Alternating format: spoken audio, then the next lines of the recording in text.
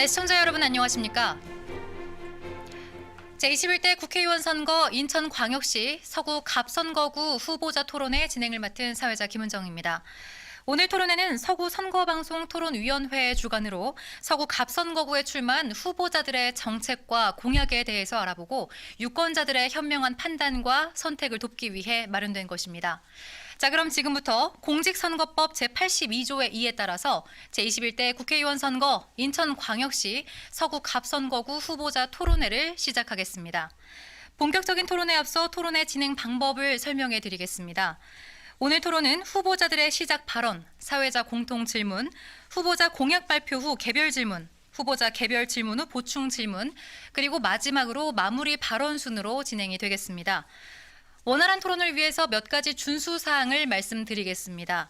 상대 후보에 대한 비방이나 인신 공격성 발언 또는 근거 없는 주장을 유포한다거나 주제를 벗어나는 발언 등은 삼가해 주시기 바라겠습니다.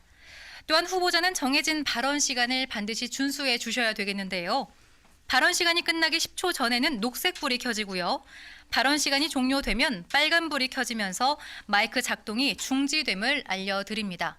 이와 같은 엄격한 발언 시간 제한은 토론의 공정성을 위한 것이기 때문에 다소 불편하시더라도 양해의 말씀을 부탁드리겠습니다. 자, 그럼 오늘 토론회를 함께 하실 분들을 소개해 드리겠습니다. 오늘 토론회는 공직선거법 관련 규정에 따라 후보자 3분을 모시고 진행하게 되었습니다. 후보자들의 좌석과 발언 순서는 사전 추첨을 통해서 정해졌음을 알려드립니다.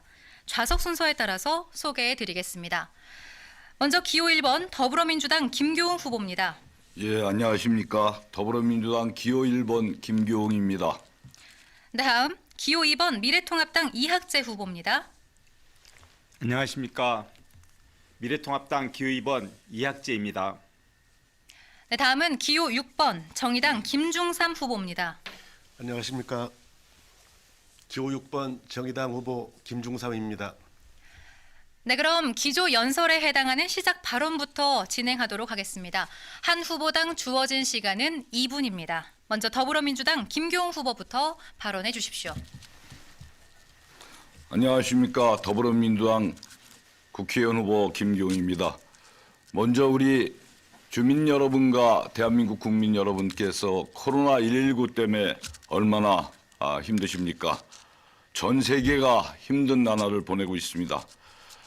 지금 우리 대한민국은 질병과의 전쟁과 경제와의 전쟁을 함께 치르고 있습니다.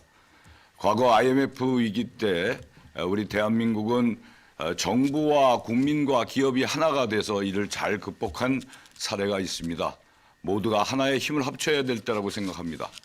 무엇보다도 더 중요한 것은 경제와의 전쟁이라고 생각합니다. 민생 경제가 너무나 힘이 듭니다. 그래서 이번에 우리 정부에서는 이 소득 하위 70%까지 1,400만 가구에게 최대 4인 가족에 100만 원을 지급하기로 결정을 했습니다.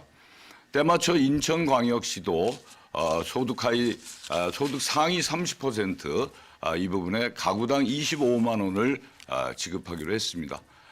물론 이러한 민생경제의 이 지원이 제가 보기에는 턱없이 부족하다고 생각합니다. 특히나 자영업자들의 세금 감면 또 오는 4월 25일 날 다가오는 부가세의 유예 이런 부분들을 적극적으로 지원해서 사회 안정망 구축이 무엇보다도 중요한 시점이다 이렇게 생각합니다. 이번 다가오는 4월 15일 선거는 이러한 이 경제 위기, 질병과의 위기를 잘 대처하고 있는 우리 정부에게 힘을 넣어줘서 국정 안정을 시키느냐 아니면 야당에게 힘을 줘서 국정 혼란을 시키느냐의 갈림길에 있다고 생각합니다. 우리 주민 여러분, 저 민주당에게 힘을 넣어주십시오. 그리고 저 김교웅에게 힘을 넣어주십시오. 열심히 하겠습니다. 감사합니다. 네, 다음은 미래통합당 이학재 후보의 기조 연설입니다. 안녕하십니까. 미래통합당 기호 2번 이학재입니다.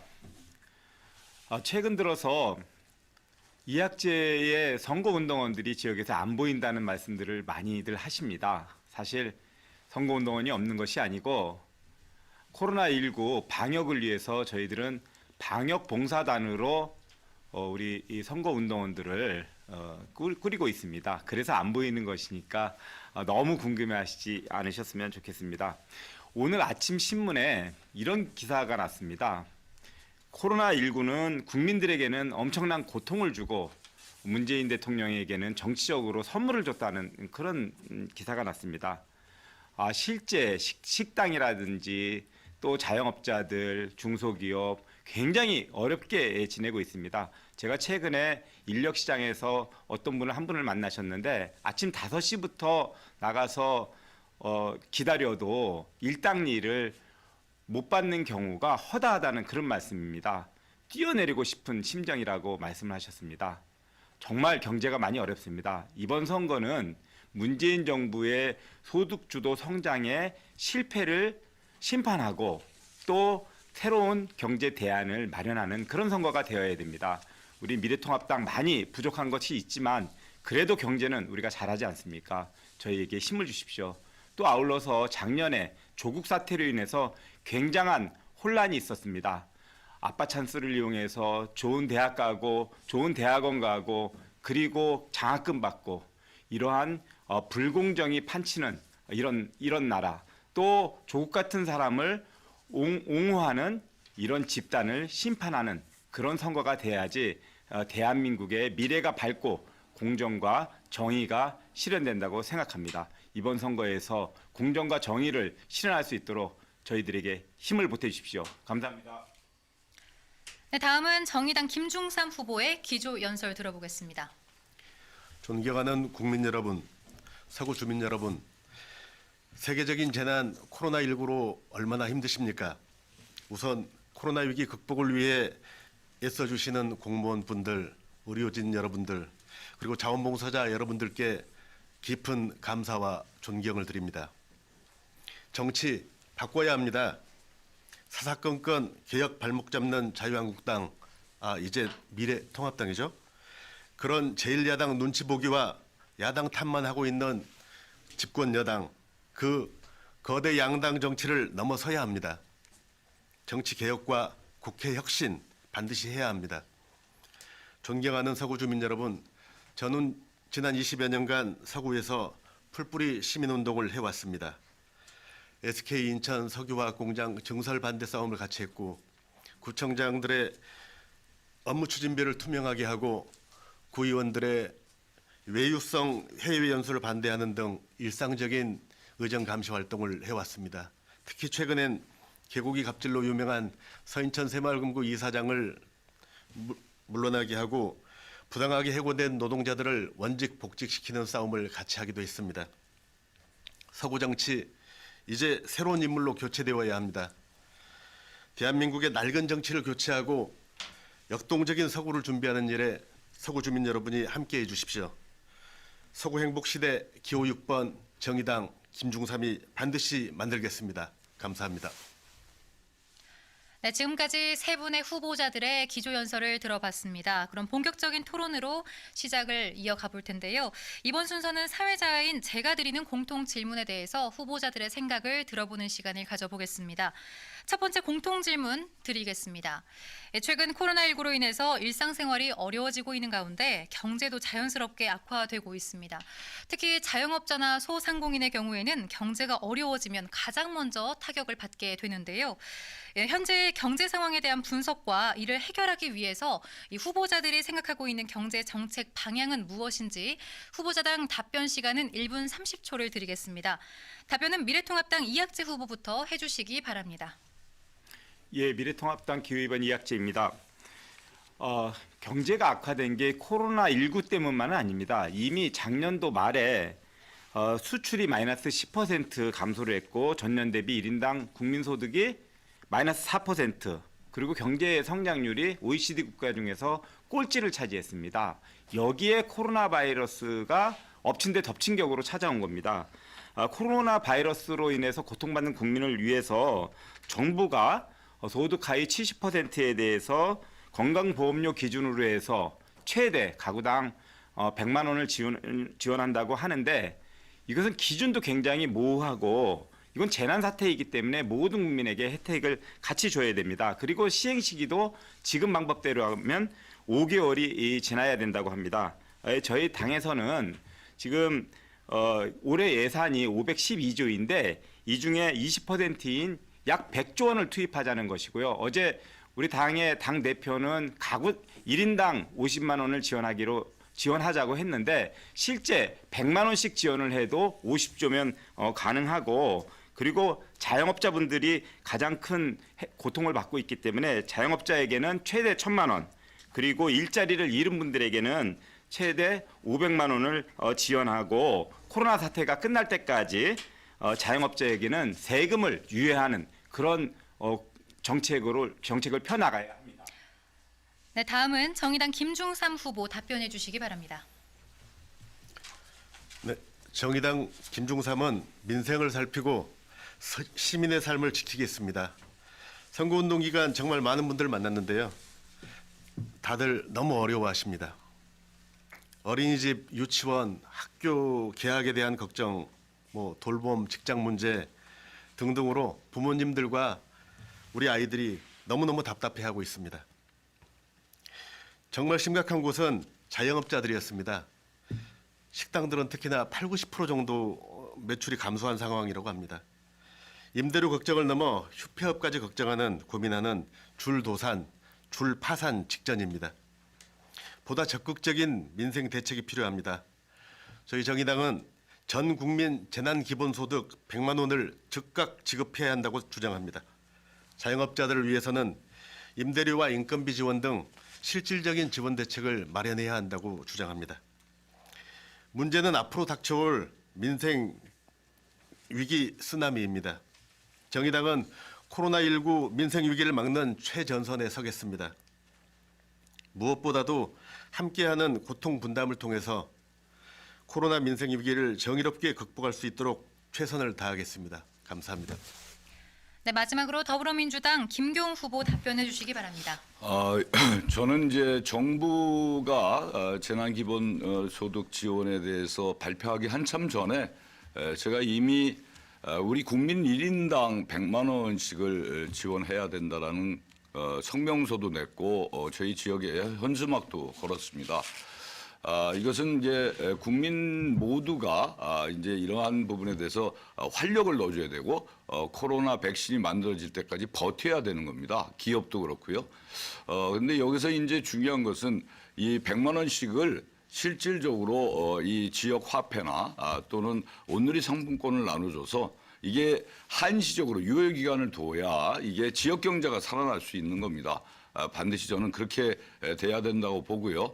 이래서 이 재난 기본 소득에 대한 부분에 대해서 법제화가 이루어져야 됩니다. 그래서 앞으로 이 향후에도 불어닥칠 이런 부분에 대해서 체계적이고 정말 치밀하게 해드려야 된다. 이런 생각을 들고 특히나 이 자영업자나 이 중소기업에게는 아까도 말씀드렸지만 세금 문제, 또 법인세 문제, 또 이 대출을 쉽게 해줄 수 있는 지금 자기 요건이 너무 강화돼 있기 때문에 대출 받기가 어렵습니다. 이걸 약화시켜서 완화시키고 해서 누구나 대출 받아서 이 기업을 원활하게 할 수 있게끔 하는 정책, 이것이 무엇보다도 필요하다고 생각합니다. 네. 세 분의 의견 잘 들었고요. 이어서 두 번째 공통 질문 드리겠습니다. 인천시 도시기본계획에 따르면 2030년 서구의 인구는 70만 명을 돌파할 것으로 예상돼서 이에 따른 교통 대책 마련이 불가피해 보이는데요. 또한 우리 후보자님들께서는 교통 문제에 대해서 여러 가지 공약들을 내놓고 계시는데 현재 이 서구의 가장 시급한 교통 문제는 무엇이고 해결 방안은 무엇인지 말씀해 주시면 되겠습니다. 답변 시간 역시 1분 30초씩 드립니다. 답변은 김중삼 후보부터 해주시기 바랍니다.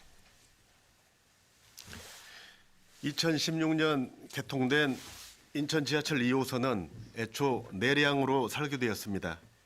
그러나 인천시 재정 문제로 두량으로 운행되고 있습니다. 하루빨리 내량 운행을 준비해야 합니다. 2012년 7호선이 성남역까지 개통될 예정입니다. 청라까지 연장을 빠르게 진행해야 합니다. 인천 지하철 1호선 연장 공사 역시 약속한 시기 안에 마무리되어야 할 것입니다. 경인고속도로 일반화 사업은 주민들의 편의에 맞게 도시재생 사업과 연계해서 수행해야 합니다. 이런 것들이 계획대로 진행되었다면 서구의 교통 문제는 해결되었을 것입니다. 그런데 하나도 제때에 맞춰 진행된 것이 없었습니다. 선거 시기만 되면 여러 곳에서 남발되는 교통 공약에 서구 주민들은 더 이상 현혹되어서는 안 된다고 생각합니다. 10년, 30년, 50년 후 그런 것 말고 지금 당장 할 수 있는 것들 먼저 해결하는 자세가 필요하다고 생각합니다. 감사합니다. 네, 다음은 김용 후보 답변해 주시기 바랍니다. 우리 서구가 인구가 이제 급증하면서 교통량이 많아지고 있습니다. 그래서 교통의 문제는 굉장히 중요한 현안 중에 하나인데요. 우선 성남역에서 이 청라까지 연장하는 도시속도 7호선의 연장은 시는 27년까지 잡아놨지만 26년까지 반드시 조기 개통되도록 하겠습니다. 그리고 이 경인고속도로의 지하화 이게 지금 신월 IC부터 여의도까지가 10월 달에 이제 개통이 되는데요. 신월 IC부터 남청라 IC까지 지하화를 반드시 지하 고속도로가 완결이 돼야 이게 이제 교통의 흐름을 잡아나갈 수가 있고요.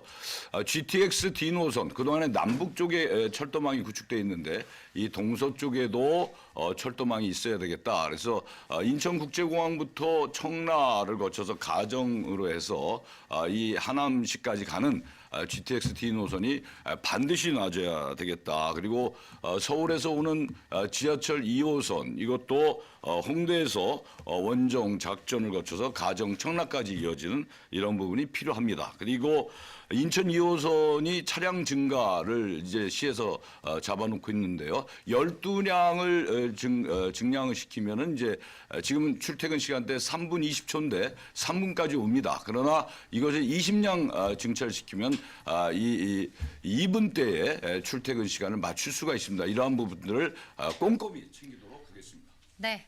시간에 유의해서 답변해 주시면 감사하겠습니다. 마지막으로 이학재 후보 답변해 주시기 바랍니다. 예, 장기적으로 지역 발전을 위해서는 GTX D 노선이라든지 홍대에서 청라까지 그 이름을 청라선으로 해갖고 급행 철도를 놓는 것 이런 것들 반드시 필요합니다. 지금 당장의 문제를 해결하기 위해서는 지금 전철 2호선하고 버스하고의 연계를 강화해야 되는데 그러기 위해서는 이 버스 노선을 다시 한번 다 검토를 해야 되고 이 연계를 강화하기 위해서는 지금 전철역까지 버스가 가야 되는데 고속도로 일반 도로화가 제대로 추진이 되지 않다 보니까 지금 버스 연계가 잘 안 되고 있습니다. 그래서 고속도로 일반 도로화를 그것을 위해서도 빨리 추진해야 됩니다. 지금 지하화를 통해서 뭐 한 5년 정도 또 연기하자고 하고 실제로 그거 될지 안 될지 10년 내에 될지 안 될지도 모르는데 그렇게 하다 보면은 고속도로 일반 도로화만 잘 못 되는 것이 아니고 이 버스하고의 연계까지 문제가 되는 것입니다. 그리고 지금 전철은 양수를 2량에서 4량으로 늘리고 또 전철에 지금은 코로나 바이러스 때문에 지금은 좀 한산한 편이지만 출퇴근 시간에 굉장히 혼잡하거든요. 그래서 시간대를 조정해야 되는데 시간대를 조정하려면 이 편수를 늘려야 가능합니다. 그렇기 때문에 지금 3분 20초로 되어 있는 것을 2분대로 늘리기 위한 편수를 늘리는 것이 꼭 필요합니다.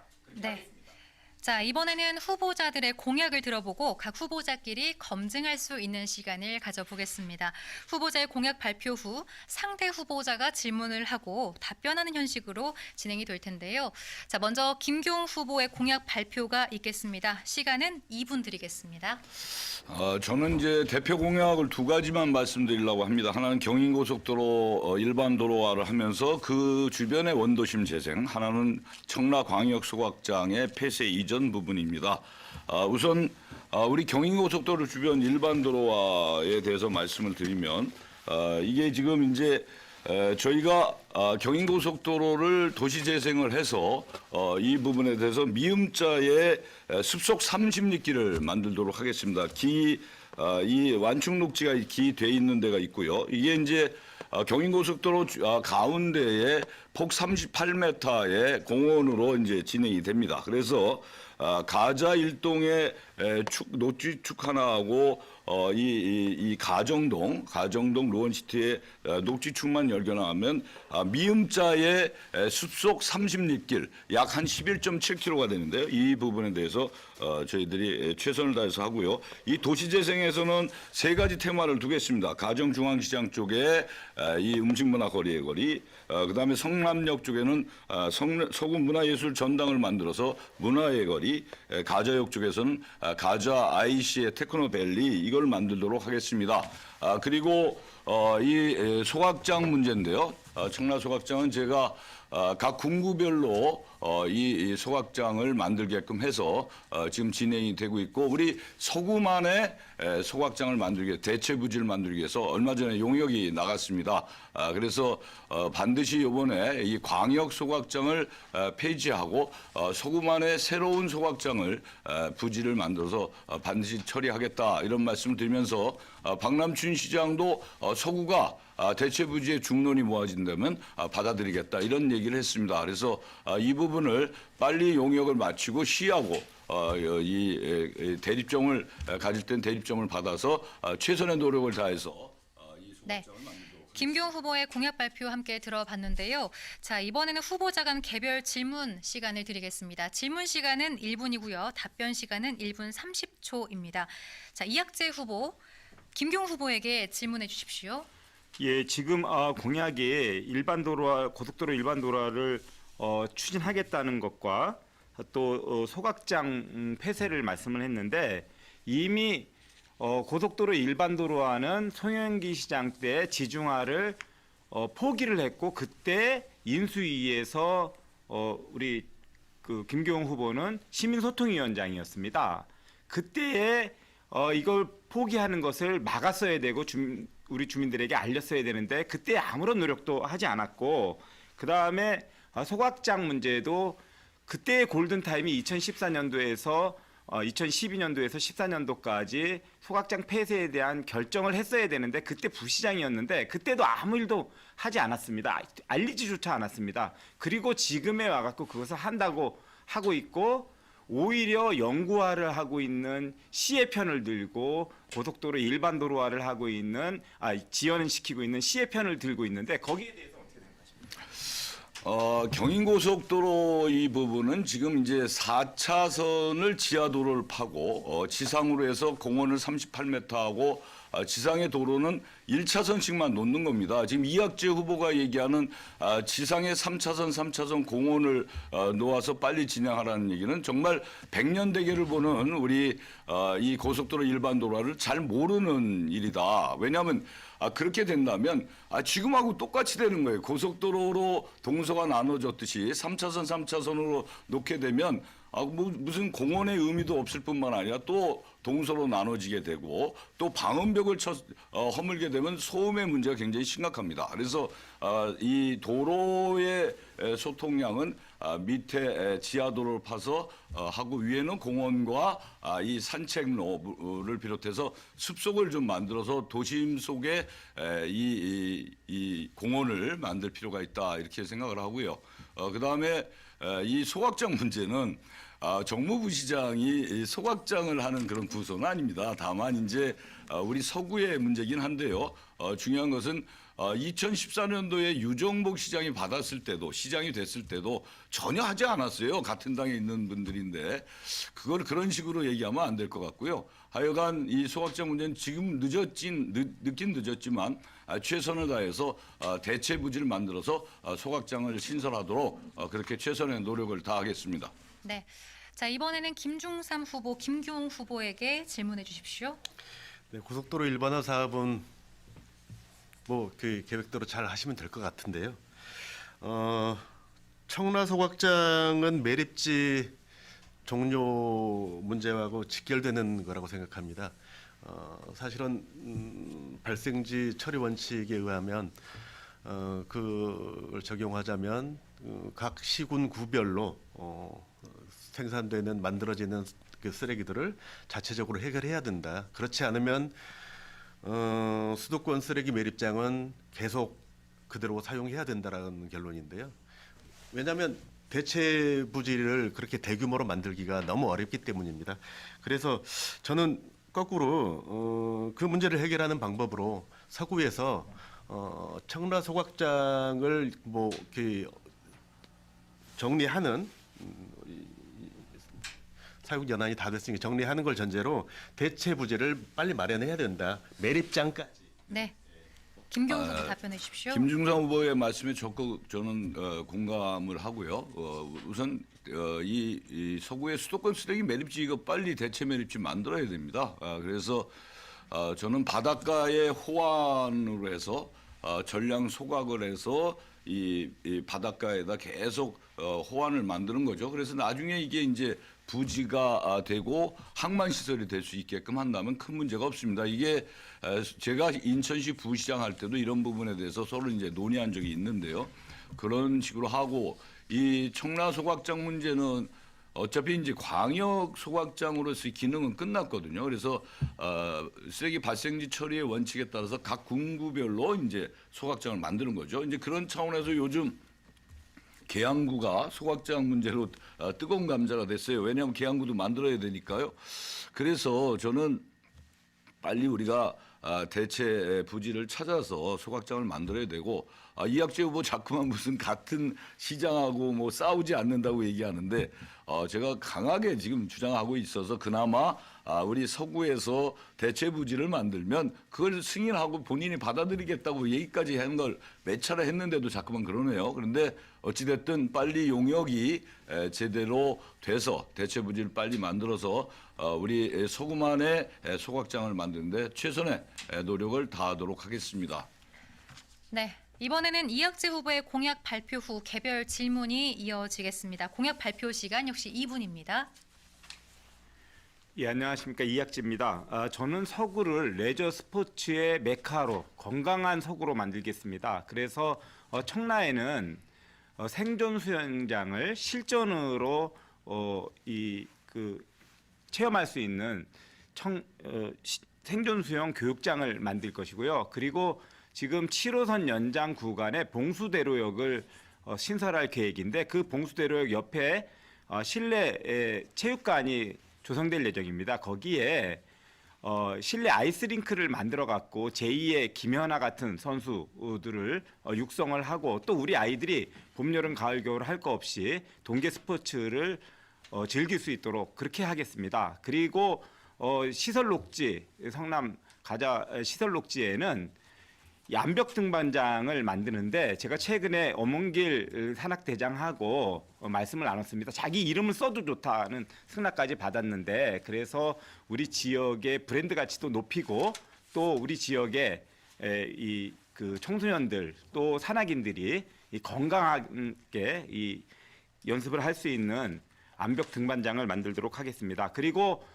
저는 성범죄 없는 대한민국을 만드는데 최선의 노력을 다하겠습니다. 제가 지난해에 대표 발의를 해서 성범죄자는 국내 교육기관뿐만이 아니고 국제학교든 외국 교육기관에도 교원으로 임용될 수 없는 법을 만들어서 통과를 시켰고 또 최근 논란이 되고 있는 N번방 사건, 디지털 합성물을 이용해서 그것을 유포해서 이 성을 상품화하고 노예화하는 N번방 사건으로 국민들이 공분을 일으켰는데 그랬는데 앞으로 제가 이것을 공동 발의해 갖고 통과도 시켰고 이것을 더 강화해서 정말 생산자나 유포자가 다 처벌받을 수 있는 여기까지 듣겠습니다. 이학재 후보의 공약 발표 함께 들어봤는데요. 이번에는 후보자 간의 개별 질문 시간입니다. 질문 시간은 1분이고요. 답변 시간 역시 1분 30초로 주어집니다.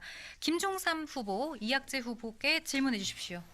네. N번방 사건 관련해서 그 대표님이 뭐 호기심에 잠깐 들여다보는 건 괜찮지 않냐 뭐 이런 말씀도 하셨던데 대표님하고는 다른 생각 갖고 계시는 모양입니다. 네. 레저 스포츠 굉장히 중요한데요. 수영장, 아이스링크, 암벽 등반 시설 좋습니다. 근데 이런 것보다 더 급한 게 있지 않습니까? 그 아이들이 놀 수 있는 공간이라든지 뭔가 좀 창의적인 활동을 할 수 있는 그런 그 시설들이 서구에 특히나 많이 부족하다고 생각하는데요. 그런 것부터 만들 생각은 안 하십니까? 저는 답변은 네. 저는 제 공약에도 넣었는데 우리 아이들이 정말 창의적인 놀이를 할 수 있는 그런 공간을 많이 만들어야 됩니다. 우리 어린 아이들 같은 경우에는 이런 공간이 키즈 카페, 공공형 키즈 카페에서 그런 것들을 할 수 있는데 공공형 키즈 카페를 많이 공급을 해갖고 지금 우리 서구에 인천 2호점이 들어와 있는데 이것을 지역마다 만들어서 이제 부모님과 아이들이 함께 놀 수 있는 그런 공간을 만들고요. 또 그 이 공공형 키즈 카페에 지금 만들어 놓고도 약간 그 사용이 좀 덜 되는 그런 부분도 있는데 여기에 민간 어린이집이나 또 필요하다 그러면 유치원의 아이들도 이용할 수 있도록 하는 것이 필요하다는 그런 생각입니다. 그렇게 해서 아이들에게는 공공형 키즈 카페라든지 또 이제 숲 체험관 같은 것들도 만들 필요가 있습니다. 그래서 신현동 일대라든지 우리 서구를 둘러싸고 있는 이 그 그린벨트가 굉장히 많이 있잖아요. 그런 곳에다가 숲 체험관을 만들어 갖고 우리 아이들이 자라는 아이들이 그 자연과 함께 건강하게 지낼 수 있는 그런 것들을 만들겠습니다. 그것 또한 저희의 공약입니다. 아울러서 지금 실내 아이스링크는 그것을 만드는 것 자체가 지역의 품격을 높이는 거기 때문에 이것은 네, 여기까지 듣겠습니다. 시간에 유의해서 답변해 주시면 대단히 감사하겠습니다. 마지막으로 김교웅 후보께서 이학재 후보께 질문해 주십시오. 세월호 사건 이후에 우리 아이들의 생존 수용 굉장히 중요합니다. 그래서 제가 지금 현재 대한체육회 생활체육 부문의 부회장을 맡고 있는데요. 얼마 전에 박태환 선수하고 제가 MOU 대한체육회와 MOU를 체결했습니다. 그래서 이 생존 수용을 좀 더 영유아 시기부터 좀 하자 해서 이제 그 진행을 하는데요. 그런 부분에 대해서는 저도 굉장히 동의를 하는데 지난번에 이제 계속 이 또 다른 이제 질문을 드리는데요. 우리 이학재 후보께서 GTX D 노선이요. 이걸 Y자로 하는데 나중에 제가 이제 인천국제공항부터 해서 하남까지 얘기하니까 카피를 떴다 이렇게 말씀하셨는데 제가 오늘 자료 갖고 왔는데요. 제가 2019년도 10월 15일 날 제가 주장을 한 거예요. 김현미 장관을 만나서 이학재 후보가 Y자로 연결하는 게 같은 시기예요. 11월 15일 날 Y자 얘기를 제가 먼저 GTX D 노선에 대해서 얘기하고 이학재 후보가 네. 뒤에 따라온 걸로 알고 자, 있는데 이번에는 이학재 후보께서 답변해 주십시오. 그 카피를 하면은 저작권료를 내야 되는데 저작권료 안 내고 카피하면은 안 되는 거고요. 또 저는 이 GTX D 노선을 인천 공항에서부터 출발해 갖고 우리 이 청라나 인천의 새로운 중심인 루원을 통해 갖고 이 강남으로 하남시까지 가는 이것이 단지 저의 그 개인 불쑥 공약으로 나온 것이 아니고 이것을 위해서 대한민국 최고의 전문가들과 함께 논의를 한 겁니다. 그래서 정치인으로서는 제가 아마 대한민국에서 처음으로 이러한 주장들을 한 거고 그 이후에 뭐 받으셔갖고 이거를 하겠다고 하는 거는 저는 얼마든지 좋은 생각이라는 그런 생각이고요. 또 그것을 위해서 같이 노력해 주실 것을 부탁의 말씀을 드립니다. 아울러서 지금 이제 우리 아이들이 생존 수영과 관련돼서 실전을 체험하게 해야 한다고 하는 것은 왜 중요하냐면 지금 아이들이 이게 교과 과정에도 있기 때문에 수영장 가서 하거든요. 수영장 가서 수영복 입고 막 이렇게 하다 보니까 형식적으로 될 가능성이 굉장히 많습니다. 그런데 우리 청라는 수질도 굉장히 깨끗하고 그리고 풍광도 굉장히 좋기 때문에 아이들이 와서 자연을 즐기면서 실제 어떤 사고가 났을 때에 대처하는 방법을 실전으로 하면 지역도 명소가 되고 아이들한테도 상교육이 된다는 거죠. 네, 말씀 잘 들었습니다. 진행 순서에 따라서 다음은 김중삼 후보의 공약 발표 후 개별 질문이 이어지겠습니다. 공약 발표 시간 역시 2분입니다. 김중삼 후보 공약 발표 시작해 주시죠. 네, 저는 코로나19 민생 지원과 일자리 지키기 대책에 대해서 말씀드리겠습니다. 첫째, 전 국민에게 100만 원 재난 기본소득 지급할 것을 요구합니다. 긴급 재난의 상황인데 정부는 소득 70%의 주민들에게만 준다고 발표를 했습니다. 이게 말이나 됩니까? 70%가 누군지 기준이 뭔지 이거 하나하나 따지다가 시간 다 갑니다. 시장에 돈이 돌아야 위기를 견뎌낼 수 있습니다. 지금은 모두가 어렵습니다. 전 국민에게 긴급 재난지원금 100만 원씩 즉각 지급해야 합니다. 둘째, 해고 없는 기업 지원의 원칙을 분명히 해야 합니다. IMF 금융위기 등 기업의 위기 때마다 공적 자금이 투입되어 기업은 살아났지만 노동자들은 대규모 구조조정을 당하면서 일터에서 쫓겨났습니다. 정부가 발표한 100조 원 기업 지원은 고용 보장을 전제로 해야 합니다. 세 번째, 줄 서지 않는 자영업자, 소상공인들 대출 지원입니다. 570만 자영업자들이 버틸 수 있도록 매출이 없는데도 고정적으로 발생하는 임대료, 세금, 공과금 지출을 직접 지원해야 합니다. 앞으로 3개월간 300만 원의 임대료를 지원하고 세금, 공과금을 100% 면제해야 합니다. 당장 4월에 시작되는 부가가치세 애정 신고를 앞두고 특별 감면 조치를 발표해야 합니다. 전 세계적인 대공황이 이제 눈앞에 와 있습니다. 이에 대해서 정부는 더욱 적극적인 재정 정책을 시행해야 할 것입니다. 네. 자, 후보자 간 개별 질문 이어가겠습니다. 역시 질문 시간은 1분이고요. 답변 시간은 1분 30초를 드리겠습니다. 김경호 후보가 먼저 김중삼 후보께 질문해 주십시오. 예, 재난기본지원금 100만 원 그 지원하시라는 건 저도 적극적으로 공감하고요. 제가 하여튼 국회에 들어간다면 그걸 반드시 될 수 있게끔 노력을 하겠습니다. 그리고 제가 보기엔 이제 왜 중소기업들한테 우리가 뭐 대출하는 게 그게 100조 정도 좀 있잖아요. 근데 그게 보면 너무 기준이 강화돼 있어요. 이게 그래서 받는 사람만 받게 되거든요. 그래서 받는 사람들은 받아서 그 이율이 싸니까 이자가 자기가 원래 부채 있는 걸 그걸로 바꾸는 이런 형태가 벌어지고 있어요. 그래서 이런 부분에 대해서 반드시 바로 잡아야 되지 않겠는가 이런 생각을 하고 조금 전에 말씀하셨던 부가세라든가 각종 세금 이런 부분에 대한 유예 또는 감면 이런 거를 반드시 해야 된다. 그래서 정의당에서도 그런 부분에 대해서도 강력하게 주장을 해주시면 저희들도 최선을 다해서 함께하겠다는 말씀을 올리겠습니다. 네, 김중삼 후보 답변해 주십시오.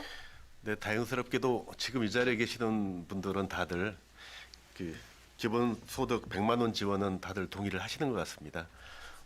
당장 해도 될 것 같은데요, 그건 그죠? 네.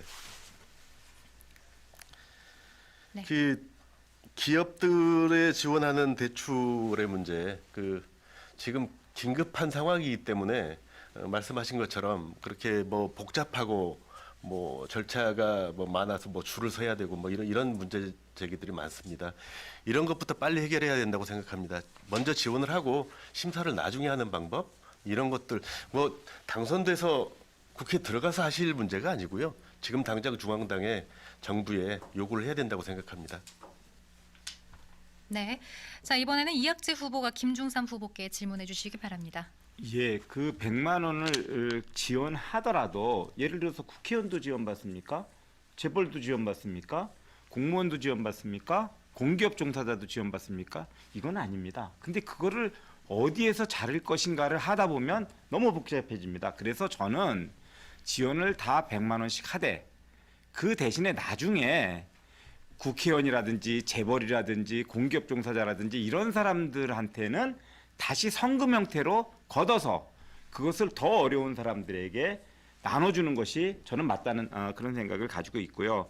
그 다음에 이것을 지금처럼 이 예산을 가지고 다시 또 뭐 이 채권을 발행한다든지 뭐 하다 보면 너무 시간이 오래 걸리거든요. 그래서 저는 대통령이 가지고 있는 재정의 조정 권한을 가지고 즉시 해야 된다. 5월 달까지 기다릴 여유가 없다 이렇게 생각하는데 거기에 대해서는 어떻게 생각하시나요? 예, 그 여유 있는 분들에게 성금을 다시 걷는 거는 그 다음 문제고요. 일단 100만 원 나누어 드리는 것까지 거기까지는 동의를 하신 걸로 이해하겠습니다. 네. 네. 네. 계속 말씀하시죠. 그 다음에 그 본인을 포함한 여유 있는 분들이 성금을 내서 더 어려운 분들을 위해 사용하는 것은 적극 동의합니다. 네, 여기까지 들어도 되겠습니까? 네. 예. 자, 후보자들의 공약 발표와 또 개별 질문 시간을 가져봤는데요. 이번에는 각 후보자들께서 자유로운 토론을 이어가실 수 있도록 질문을 드리는 시간 가져볼 텐데요. 각 후보마다 토론회에서 함께 논의했으면 하는 주제에 대해서 다른 후보들에게 질문을 하시면 되겠습니다. 개별 질문 시간은 1분을 드리고요. 보충 질문 시간은 30초를 드리겠습니다. 질문을 받은 상대 후보의 답변 시간은 역시 1분 30초를 드립니다.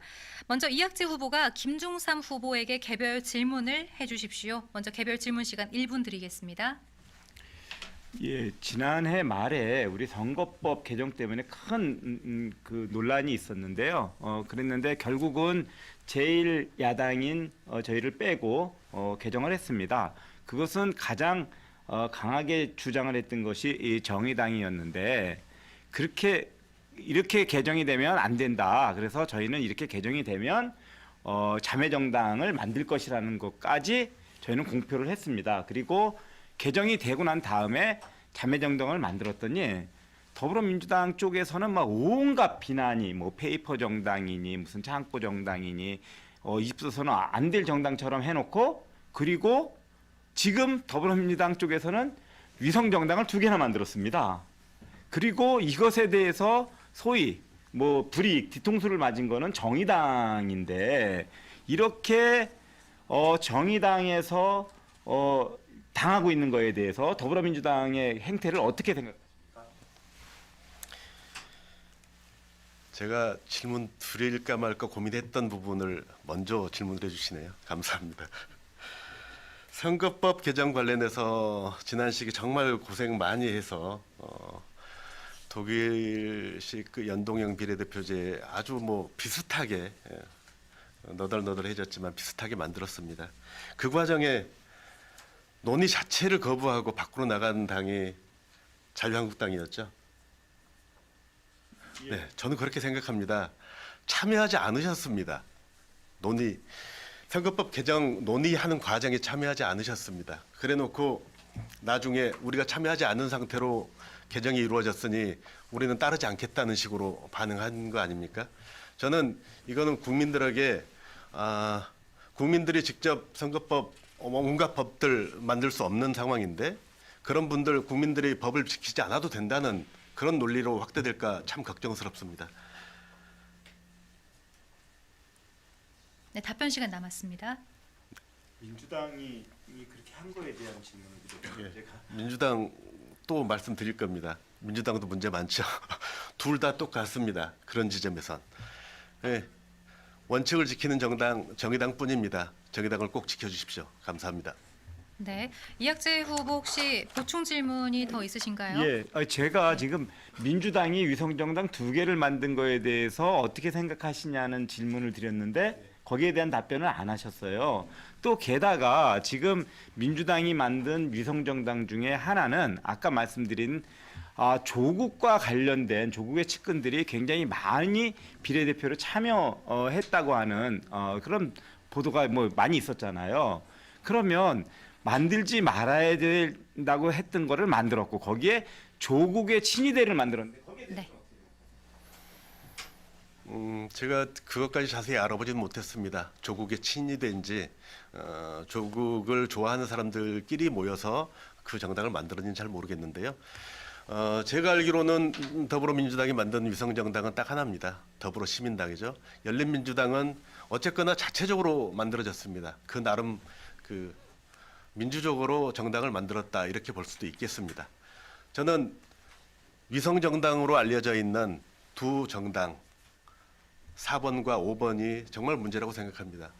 선거 이후에라도 헌재가 위헌 판결을 내려주시면 감사하겠습니다. 그래서 민주당이 더 얄밉기도 합니다. 끝까지 위헌을 주장하고 정도를 지켜서 갔으면 뭐 지금 말씀하신 것처럼 위성정당 자연스럽게 하나 생기지 않습니까? 뭐 어떻게 표현하든 그 내용은 같을 거라고 생각되는데요. 원칙도 지키고 실리도 챙기는 일거양득의 길이 있었는데 그걸 마다하고 똑같은 반칙을 저지르고 있습니다. 국민 여러분이 심판해 주시기 바랍니다. 감사합니다. 네. 자, 이번에는 이학재 후보가 김교웅 후보에게 개별 질문을 해주시면 되는데요. 역시 질문 시간은 1분이고요. 답변 시간은 1분 30초입니다. 먼저 질문 주시죠. 예, 김규용 후보는 정말 일하고 싶습니다 하는 다소 동정에 호소하는 선거 전략을 쓰고 있는데요. 김규용 후보는 그동안에 부시장도 했고 국회의장 비서실장도 했고 또 뭐 3, 4개월이지만 국회 사무총장도 했습니다. 그런데 그 일한 내용을 보면 우리 지역에 소각장 폐쇄를 해야 되는 그 시점에 부시장으로서 폐쇄는커녕 주민에게 알리지도 않았고 또 신세계 쇼핑몰 매각대금 500억 원이 송도로 가는데 그것도 그냥 방기를 했고 또 고속도로 일반화 용역 중단을 할 당시에 시민소통위원장이었는데 그것도 막지도 않고 알리지도 않았습니다. 이것은 어찌 보면 직무유기이고 또 기회를 줬는데도 안 한 무능이라고 할 수 있거든요. 여기에 대해서 저는 사과하는 것이 우선이라고 생각하는데 이에 대해서 한 말씀 해주시죠. 우리 이학재 후보는 제가 드리는 말씀에 대해서 잘 이해를 못하는 것 같아요. 정무부 시장은 정치 관계 또 이 시민 소통 또 이 언론 관계 이런 걸 다뤘습니다. 제가 정무부 시장 할 때 소각장 폐쇄 부분에 대해서 이 부분이 이제 2015년도가 이제 기한이 다 되는 건데 제가 2014년 4월까지 제가 이 정무부 시장을 했거든요. 근데 2014년도 6월 달에 시장이 유족분복 시장으로 바뀌었어요, 이게. 이거는 뭐 묻은 개가 뭐 묻은 개를 나무르는 이런 식으로 얘기하는데 그렇게 말씀하시면 안 되고요. 신세계 복합 쇼핑몰도 마찬가지고 이 부분이 다 행정부 시장과의 여기 소관이고 저는 제가 이제 정무적인 일을 하는 것이죠. 그리고 이학재 후보 제가 왜 12년 동안 정체되냐 이 얘기를 왜 하냐면 12년 동안 국회의원 하면서 서구가 변한 게 없어요. 정말 길을 가다 우리 주민들한테 물어봐도 변한 게 없고 지금 하나하나씩 바뀌는 거는 시간에 의해서 바뀐 거지 국회의원으로서 조종자로서의 역할로 바뀐 게 전혀 없다. 그야말로 이학재 후보는 당도 왔다 갔다 하면서 배신도 하고 일도 12년 동안 제대로 못했으니 무능이고 이런 부분을 제가 지적하는 것이죠. 그래서 이번 기회에 우리 서구에서는 좀 사람도 바꾸고 체제도 바꿔서 서구 발전에 희망을 불어넣어줘야겠다 이런 말씀을 드리고 싶습니다. 네. 이학재 후보, 김교웅 후보에게 보충 질문 있으시면 해주십시오. 예, 제가 한 게 없으면 우리 지역 주민들이 바보입니까? 저를 왜 3선을 만들었겠습니까? 또 일을 잘하신다면 왜 계속 떨어졌습니까? 이것만 봐도 알 수 있는 거고요. 그다음에 정무부 시장은 그런 일 안 하는 거다 이렇게 하면서 본인하고 관계가 없는 것처럼 불리한 거는 그렇게 하면서 또 제가 국회에서 무슨 일만 하면 예산만 확보하면 플래카드는 먼저 거셔야 들 이것은 정말 정치인의 그런 도리가 아니라고 생각하고 사과하는 것이 맞습니다. 제가 30초 합니까? 1분 30초 드리겠습니다. 1분 30초예요. 시간 많이 주시네. 아니 제가 이 국회에서 이학재 의원이 한 걸 먼저 붙이는 건 오히려 반대 같아요. 저 신현여중 강당도 사실은 이학재 의원이 한 게 아니라 제가 국회 사무총장, 의장, 비서실장 할 때 진행이 됐던 거죠. 근데 정부에서 내려오는 돈은 뭐 다 국회의원이 한 겁니까? 거기 학교의 교장 선생님도 잘 알고 계시고요. 그리고 중요한 것은 이제 제가 보기에 이제 제가 선거에 진 건 저의 부족한 부분도 분명히 있습니다. 저는 그걸 인정하는데 더 중요한 것은 이학재 후보는 선거 때마다 박근혜 전 대통령이 엄청나게 내려왔잖아요. 분리할 때마다 불러놓고 지난번 선거 때는 대통령 신분으로 내려오고 완전 관권 선거를 한 것이고요. 그 지난번 선거 때는 전통시장마다 내려오셔서 3번이나 내려오셨습니다. 이런 부분들은 정말 있을 수 없는 일들이 됐고 오히려 그렇게 내려와서 이학재 후보를 도운 대통령을 이학재 후보는 사실은 배신해서 지역에서도 많은 얘기가 지금 오가고 있습니다. 그런 부분에 대해서는 오히려 이학재 후보는 자숙을 하고 사실은 자기가 모신 주군이 잘못됐으면 잘못되지 않게끔 하는 게 저는 도리라고 생각하고 또 잘못됐으면 거기에 대한 반성을 해서 이번 선거에는 정말 주민 여러분 죄송합니다. 저는 이번에 국회의원에 출마하지 않겠습니다. 이게 맞는 것이지 다시 한번 제가 분명히 이학재 후보에게 말씀을 드립니다. 네. 자, 이번에는 김중삼 후보의 자유 주제로 토론이 이어지는 시간입니다. 개별 질문 시간은 역시 1분이고요. 보충 질문 시간은 30초를 드리겠습니다. 답변 시간은 동일하게 1분 30초입니다. 김중삼 후보께서 김교웅 후보에게 개별 질문을 먼저 해주십시오. 질문 시간은 1분입니다. 두 분이 자연스럽게 제가 드리려고 준비했던 질문들을 자연스럽게 녹아서 말씀들을 해주셔가지고요. 제가 질문을 새로 만들어야 될 것 같습니다. 네, 김경호 후보님께 질문드리겠습니다. 후보님이 몸담고 있는 더불어민주당이 어쨌거나 위성정당을 만들었습니다. 똑같이 꼼수지요. 네, 반칙입니다. 그 인정하실 거라고 생각하고 원칙과 정도를 걷는 정치를 해야 민생도 좋아질 거라고 생각합니다. 그래야 공약도 제대로 지킬 수 있을 거라고 생각하고요. 반칙은 또 다른 반칙을 낳을 뿐이고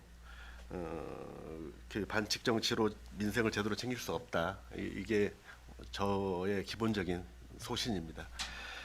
어떻게 생각하십니까? 계속 그대로 가실 겁니까? 저는 지금 김중삼 후보가 말씀하시는 부분에 대해서는 어찌됐든 겸허하게 우리 당에 대표할 수 있는 저라고 한다면 겸허하게 반성하고 수용할 생각을 갖고 있습니다.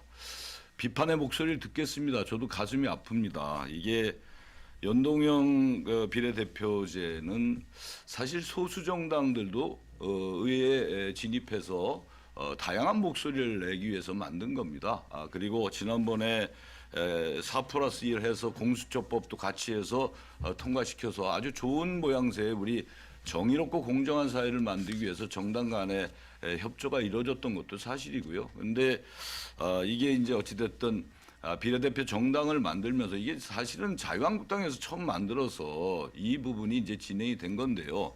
어찌됐든 이번 선거 4.15 선거는 굉장히 중요하지 않습니까? 지금 자유한국당이 원내 일당이 되면 심재철 원내대표 같은 경우에 문재인 대통령을 탄핵하겠다고 하는데 박근혜 탄핵한 지 불과 3년 돼서 아니 반성도 제대로 안 하고 사과도 안 한 정당이 다시 또 현 대통령을 무슨 이유로 탄핵을 하려고 하는지 모르겠어요. 그러다 보니까 제1당 또는 다수의 의석이 점하는 당을 만들지 않으면 이 개혁이라든가 여러 가지가 참 어렵겠다. 이런 상황 속에서 불가피하게 이루어진 차선의 정책이 아닌가 이렇게 생각을 합니다. 네. 자, 계속해서 김중삼 후보, 우리 김교웅 후보에게 보충 질문 있으시면 해주십시오. 보충 질문 시간은 30초 드리겠습니다. 심재철 의원 그 발언 참 여러 사람들을 놀래킨 건 사실인데요. 그 정도 가지고 집권 여당이 흔들립니까? 원칙을 버려도 됩니까? 당장 아까 말씀하신 그 내용을 중앙당이 건의할 생각 있으십니까? 이미 저는 건의했죠. 아니 당장 그 당을 해체하자. 의원들 지금도 두 당이 같이 움직이잖아요. 네? 의원들에게도 얘기를 했는데 아까 제가 말씀드린 대로 이게 이제 차선 내지는 차악의 선택이었다. 왜냐하면 상대의 당들이 이제 그런 식으로 나오니까 이걸 국정을 완전히 흔들고 이러려고 하니까 의회는 의석수가 중요하잖아요. 그러니까 만약에 우리는 그런 부분에 있어서 전혀 이걸 진행을 하지 않고 이렇게 된다면 굉장히 어려울 것 같아요. 이번 이제 21대 국회가 이제 원구성이 되면 문재인 대통령이 굉장히 흔들리게 되죠. 의석수가 적게 되면. 그러니까 정치라고 하는 것은 또는 정당이라고 하는 것은 어찌됐든 국민을 대표해서 목소리를 제대로 내서 이 개혁과 공정한 사회와 정의로운 사회를 만드는 게 우리 정당과 정치의 목적 아닙니까? 근데 그런 제도적인 부분에 이 과정은 제가 분명히 말씀을 드렸듯이 이 겸허히 수용하고 비판을 수용할 자세가 돼 있는데 또 정치는 현실 아닙니까? 여기서 의석수에 밀려서 아무것도 못하고 문재인 대통령의 이런 지금의 국정을 피는 부분에 국정 혼란이 온다라고 한다면 우리가 아무리 좋은 뜻을 가지고 있어도 제대로 필 수 없다. 이런 차원에서 이루어진 것이라고 좀 이해를 해주시면 좋겠습니다. 네. 자, 이번에는 김중삼 후보가 이학재 후보에게 개별 질문해 주시면 되겠습니다. 질문 시간은 1분입니다. 네. 두 분 참 서구에서 오래 활동하셨습니다. 처음 후보님을 뵀던 게 구청장 시절이었던 것 같고요. 그때 두 번째 구청장 출마하실 때 여러 사람들이 걱정을 했었죠. 국회의원으로 바꾸는 거 아니냐. 이럴 때 아니다. 구청장 임기 마치겠다 이렇게 말씀을 하셨던 걸로 기억합니다. 근데 중간에 가셔서 우리 서구 세금 많이 낭비됐죠. 네. 뭐 그런 거라든지 아니면 뭐 아까 뭐 김기용 후보님도 말씀하셨지만 박근혜 전 대통령 선거 때마다 내려와서 지원하고 뭐 이랬던 평소에 참 많이 말씀을 들으셨을 것 같아서 질문을 안 하려고 했었는데 관련해서 마지막으로 정리하는 차원에서 한 말씀 해주십시오. 예, 지금 뭐 제가 구청장 시절에 국회의원 출마를 안 하겠다는 그런 것은 사실은 뭐 그렇진 않았고요. 이제 제가 국회의원에 출마할 거라는 그런 이야기들은 많이 했고 그 당시에 현직 국회의원은 옆에 계신 김교웅 후보였습니다. 그런데 이제 김교웅 후보가 뭐 우리 지역 주민들이 보기에 의정 활동을 지역을 위해서 제대로 열심히 안 한다 이런 평가를 내렸던 것 같고요. 그래서 제가 국회의원이 될 수 있었습니다. 그리고 저는 국회의원이 되고 난 다음에 정말 무슨 당을 초월해서 저는 열심히 일을 했습니다. 제가 고속도로 이건 구청장 시절인데 고속도로 지중화를 위해서 전철의 지중화를 위해서 우리 유정복 안상수시장하고 맞서기도 하고 또 시청 용역에서 우리 서구를 뺄 때는 그때는 유정복 시장하고도 맞서기도 했습니다. 이것은 국회의원 시절입니다. 그래서 저는 당을 초월해서 지역의 일이라면 제가 몸을 던져서 열심히 했다고 자부를 하고 있고요. 박근혜 대통령의 지금 영어의 몸이 됐는데 거기에 대해서는 굉장히 안타깝게 생각을 하고 있습니다. 네, 김종삼 후보님, 이학재 후보에게 보충 질문 있으시면 해주십시오. 예, 그 말씀 나왔으니 잠깐 또 질문드리겠습니다.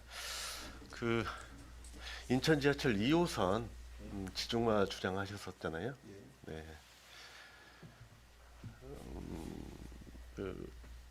지금 고속도로 지중화 부분은 또 반대하고 계시고요. 네. 그러니까 빨리 하자 뭐 이런 거잖아요. 그게 서로 상충되지 않습니까? 사안마다 상대가 시장이 누구냐에 따라서 달라지는 겁니까? 그걸 좀 잘못 알고 계신 것 같은데요. 전철 2호선 지중화는 그것은 지역의 미관을 나쁘게 만들고 소음이라든지 이런 여러 가지 문제를 야기하기 때문에 지중화가 맞는 것이고 그 당시에는 왜 이쪽을 지중화 안 했냐면 예산 부족 때문에 안 하려고 했는데 그러면 다른 지역은 다 지중화하면서 우리 지역만 지중화를 안 한다고 하는 거 그거는 우리 지역이 손해를 보는 거잖아요. 그래서 그거는 지중화라고 진짜 단식까지 하면서 맞섰던 거고요. 고속도로 일반 도로와 지중화는 지금 말이 안 되는 겁니다. 왜냐하면 이 지중화는 소음이 많이 나기 때문에 지중화를 한다는 거예요. 근데 대한민국의 일반 도로 중에서 소음 때문에 지중화를 한 도로는 하나도 없어요. 서울의 테헤란로라든지 강남대로라든지 아니면 인천의 모든 도로들이 다 일반 도로예요. 그래야 지역의 상권이 살거든요. 여기를 일반 도로화하고 그러고 나서도 충분히 거기에 공헌을 할 수 있는 면적이 굉장히 많이 있잖아요. 그리고 이 일반 도로 변에다가 옆으로 주거나 상업이나 또 문화시설 용지로 그렇게 조성을 하고 업무나 상업이나 문화시설 용지로 조성을 하고 그 다음에 이면도로를 거기에 종상향을 통해서 중심성 사업성을 강화시키면 그 인천대로가 인천의 메인 도로가 된다는 것입니다. 이 방법으로 해야지 전임자가 했던 거를 무조건 안 하려고 하면 안 되는 거죠. 네. 답변 내용은 여기까지 들어보겠습니다. 이번에는 김교웅 후보의 자유 주제로 토론이 이어지겠습니다. 개별 질문 시간은 역시 1분이고요. 보충 질문 시간은 30초, 답변 시간은 동일하게 1분 30초를 드리겠습니다. 김교웅 후보가 이학재 후보에게 개별 질문을 해주시면 되겠습니다. 개별 질문 시간 역시 1분입니다. 이학재 후보의 그 이제 사무실이요. 이제 국회의원 선거를 치르면서 저나 김중삼 후보 같은 경우에 이제 선거사무소 하나, 정당사무소 하나, 이제 후원회 사무소 이렇게 4개 돼 있는데 이학재 후보는 선거사무소뿐만 아니라 지역 의원 사무소가 4개나 있었잖아요. 4개. 그래서 공직선거법 89조 2항에 보면은 이제 이 후보가 180일 이전에는 이 후보로서의 기능을 하는 홍보를 할 수 있는 현수막이나 기타 인터뷰라든가 이런 거를 제안을 해요. 근데 이번에 이학재 후보 보니까 막 가자동에도 사무실 하나 아무 사무실 빈 공간이 없는데도 사무실에서 현수막을 크게 붙였고 성남 사거리도 붙였고 강남시장 앞에도 붙였고 청라에도 크게 붙였어요. 그랬다 나중에 띄었잖아요. 또 선관위에서 띄라고 하니까 그랬다가 다시 또 청라에 또 붙였어요. 이건 어떻게 된 겁니까? 이게 우리 기울어진 운동장이 네. 이지. 이학재 후보는 답변해 주십시오. 본인께서 말씀하시면서 답까지 다 말씀을 하셨는데요. 국회의원은 이 사무소의 개수 제한이 없습니다. 그래서 지방 같은 경우에는 군이 여러 개니까 여러 개 두고 그렇게 하는 것이거든요. 일반적으로 이 도시 지역에서는 지역이 작으니까 국회의원 사무소를 많이 두지 않는데 우리 서구는 면적이 인천에서 가장 넓은 면적이잖아요. 그런 필요에 의해서 우리 청라하고 성남동하고 그리고 가자동하고 이렇게 따로따로 운영을 했던 겁니다. 그런데 그래서 선관위에서도 여기에 대해서 무슨 처벌이나 이런 것들을 전혀 안 하고 있는 거고요. 그런데 이제 우리가 다시 지금 붙이고 있는 것은 지금 김교웅 후보도 그렇게 하고 있는데 정당의 사무소를 우리가 안 내고 있습니다. 그래서 하나는 국회의원 사무소로 하고 하나는 정당의 사무소로 하고 그리고 지금 더불어민주당의 모든 구의원들이 다 이제 막 플랜카드를 크게 걸고 구의원 사무소 있냐 하면서 거기에 여러 가지 정책을 홍보하고 있는데 그렇게 지금 전환하는 과정이고요. 저는 이런 것보다는 아까 제가 말씀드린 대로 청라소각장만 하더라도 그 청라소각장이 지금 계속 시에서는 연구하려고 하고 있는데 그 연구화를 안 하겠다고 하는 이번 질문에 대한 답변은 여기까지 듣겠습니다. 계속해서 보충 질문 시간 30초 드리겠습니다. 청라 소각장은 제가 할 거예요. 제가 분명히 약속을 지킵니다. 근데 더 중요한 거는 지금 자꾸만 두리뭉실 넘어가려고 하는데 그러면 지금 강남시장 앞에 지역 의원 사무소가 아마 없어진 것 같아요. 그리고 그게 청라로 간 것 같은데 밤마다 보면 이학재 후보 간판이 형광등이 지금 들어오고 있어요. 그러니까 이건 뭐 유사기간입니까? 뭡니까 이게? 천으로 낮에는 가려져 있고 밤에는 불이 켜져 있고 이 부분에 대해서 명확히 해달라는 말씀이에요. 답변해 주십시오. 예, 지금 이제 우리가 그 사무소를 운영하다 보니까 이 선거사무소 하나에 또 국회의원 사무소 하나 이렇게 지금 운영을 하고 있는데 그곳에 제 이름이 그대로 있으면 비어있는 사무실로 사람들이 많이 올 수 있잖아요. 그래서 천으로 가린 거고요. 저희는 지금은 선거사무소를 위주로 해갖고 루원시티에 있는 선거사무소를 위주로 해갖고 운영을 하고 있다는 말씀을 드리고요. 청라소각장 한다고 하셨는데 청라소각장은 하려면 이미 결론이 났어요. 어떻게 결론이 났냐면 지역 주민들은 폐쇄해라 그리고 이전해라 이게 답인데 자꾸 시에서는 그것을 연구하려고 하는 현대화 용역을 하고 있잖아요. 그러면 저도 그렇게 생각하고 우리 청라의 주민들도 그렇게 생각하는데 더불어민주당 우리 이 김규용 후보만이 이건 용역해봐서 결정하자 이러고 그 어떻게 보면은 시에다가 면죄부를 주고 시간 끌기 물타기를 하고 있으니까 이 문제가 해결이 안 되는 거고요. 또 아울러서 고속도로 일반 도로와도 본인이 예전에 그것을 이 지중화는 폐쇄하는 지중화를 안 된다고 해서 그것을 중지하는 그런 용역을 할 때에 본인이 시민소통위원장이었는데 지제 와서 지중화를 하는 것이 맞다. 이것이 5년이 걸릴지 10년이 걸릴지 모르는데 이것이 문제가 있다는 겁니다. 시간 관계상 여기까지 듣겠습니다. 이번에는 김교웅 후보가 김중삼 후보에게 개별 질문을 해주시면 되겠습니다. 질문 시간 역시 1분 드리겠습니다. 시민소통위원장은 인수위 때 얘기예요. 그러니까 자꾸만 그런 식으로 잘 이 상황을 자꾸 호도하려고 하지 않았으면 좋겠어요. 사실적인 내용만 했으면 좋겠고요. 김중삼 후보한테 질문을 드리겠습니다. 뭐 아까 이제 이 비례정당에 대해서는 제가 분명히 이제 비판적인 부분을 수용하겠다는 말씀을 드렸고요. 다만 저는 그래요. 이게 지금 자유한국당, 미래통합당 하면서 대한민국 역사에서 말이에요. 이게 정말 이 3년 전에 박근혜 전 대통령의 국정농단을 보면서 우리가 수백만이 광화문에 촛불을 들었단 말이죠. 근데 이분들이 아직 정신도 못 차리고 말이에요. 이 비례 한국당이라는 것도 만들고 어떻게든지 문재인 대통령을 끌어내리려고 하고 이런 부분인데 저는 진보 세력의 좀 단일화가 좀 필요하다 이번 선거에 이런 부분들을 좀 한번 여쭙고 싶습니다. 진보 세력의 단일화요. 근데 그거 민주당 지도부가 지금 거부하고 있는 거 아닙니까? 인천시의 대표적인 정치인 송영길 의원도 그렇고 민주당 중앙이 뭐 말도 꺼내지 못하게 하는 상황이어서 아무런 진척이 없는 상황인데 저한테 그런 질문을 하시다니 놀랍습니다. 오히려 제가 말씀드리고 싶은 게 한 가지 떠올랐는데요. 선거 공보물 다들 받아보셨을 텐데 정의당 선거 공보물에 기호가 없습니다.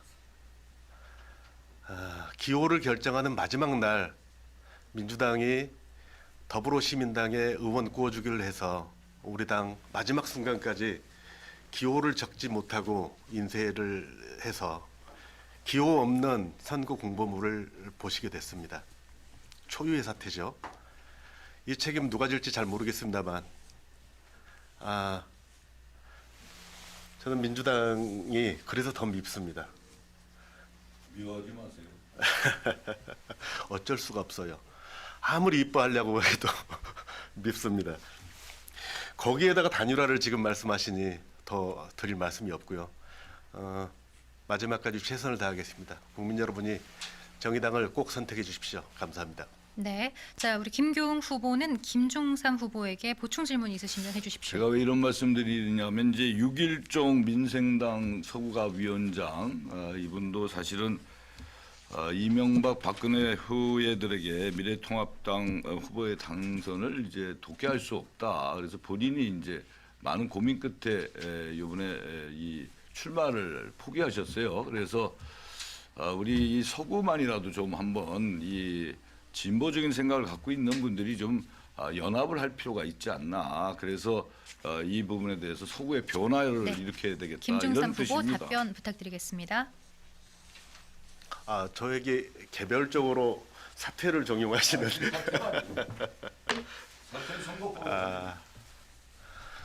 그런 말씀 안 하시면 좋았을 텐데 자꾸 하시네요. 저 분명히 말씀드립니다. 마지막까지 최선을 다하겠습니다. 기호 6번 저희 정의당 원칙을 지켰고요. 국민 여러분과 늘 함께 하겠습니다. 국민 여러분만 보고 가겠습니다. 이번에는 국민 여러분들이 우리 정의당을 지켜주실 때가 됐습니다. 그럴 차례라고 생각합니다. 꼼수정당 2번 당이 4번 당을 만드니 1번 당이 5번 당을 만들고 합해서 둘 다 6번이죠. 6번을 꼭 기억해 주십시오. 기호가 적혀 있지 않은 공범을 보시고 실망하실 수도 있고 의아스러울 수도 있는데 저희 6번 정의당 꼭 기억해 주십시오. 감사합니다. 네, 제한 시간이 있다 보니까 하시고 싶은 말씀이 있더라도 다 하지 못하셨을 텐데요. 이제 토론을 마무리할 시간입니다. 마지막으로 우리 유권자들에게 전하고 싶은 메시지를 2분씩 발언하실 수 있는 시간을 드리겠습니다. 먼저 김중삼 후보부터 말씀해 주십시오. 존경하는 서구 주민 여러분, 우리는 지난 정권 시절 정치가 잘못되면 시민들의 삶이 얼마나 피폐해질 수 있는지 뼈저리게 느꼈습니다. 그 때문에 시민들은 촛불혁명을 통해 정권을 교체했습니다. 그러나 지금의 정치 제도는 시민들의 기대를 충족시키지 못하고 있습니다. 시민들은 그래서 새로운 정치 질서를 원합니다. 21대 총선에서 국민의 힘을 믿고 과감한 정치 교체를 이뤄낼 수 있게 정의당을 밀어주십시오. 정의당은 언제나 낮은 곳을 향했던 그의 시선, 고 노회찬 의원의 6411 버스 정신을 기억합니다. 우리 정치가 보듬지 못했던 사회적 약자를 대변하는 정당 정치가 성공해야 공정하고 평등한 나라를 만들 수 있습니다. 이것이 노회찬 정신을 온전히 실현하는 길입니다.